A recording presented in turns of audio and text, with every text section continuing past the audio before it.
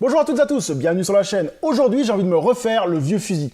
Alors, Le Vieux Fusil, pour moi, c'est quoi? C'est un film qui m'a énormément marqué dans ma jeunesse. Moi, je l'avais vu dans les années 90. Encore une fois, souvent, j'ai vraiment vu beaucoup de films dans les années 90 en VHS.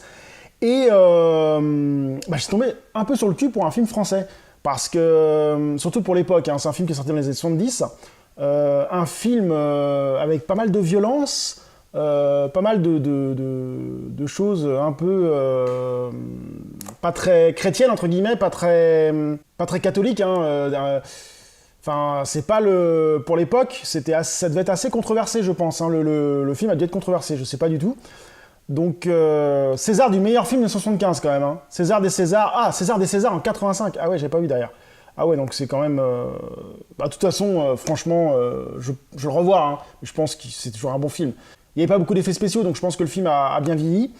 Un Philippe Noiret au top, Romy Schneider pareil.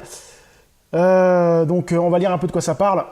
1944. Afin d'éviter à sa famille les tourmentes de la guerre, Julien l'a installé à la campagne, dans un vieux château qu'il possède. Mais l'armée allemande est en déroute, et certains soldats n'ayant plus rien à perdre se livrent aux pires extractions. Là, je vais pas continuer à lire parce que ça spoil pas mal quand même. Surtout si vous ne l'avez pas vu.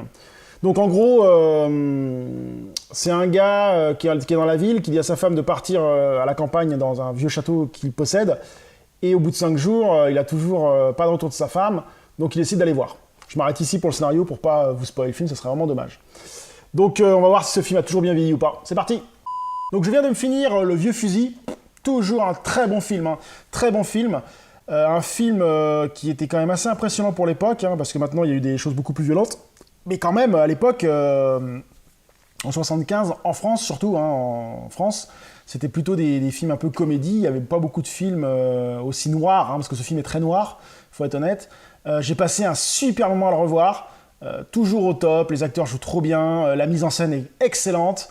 Il y a à un certain moment, sans spoiler, il y a des systèmes de flashback, qui reviennent à la mémoire du héros, et c'est vraiment bien fait, avec toute une évolution du flashback justement, qui amène jusqu'au final. Ah non, c'est vraiment bien réalisé, assez réaliste en plus, il y a certaines scènes assez violentes qui sont bien réalistes. Non, franchement, ce film est incontournable pour moi. Si vous aimez les films français, ne passez pas à côté de ce film.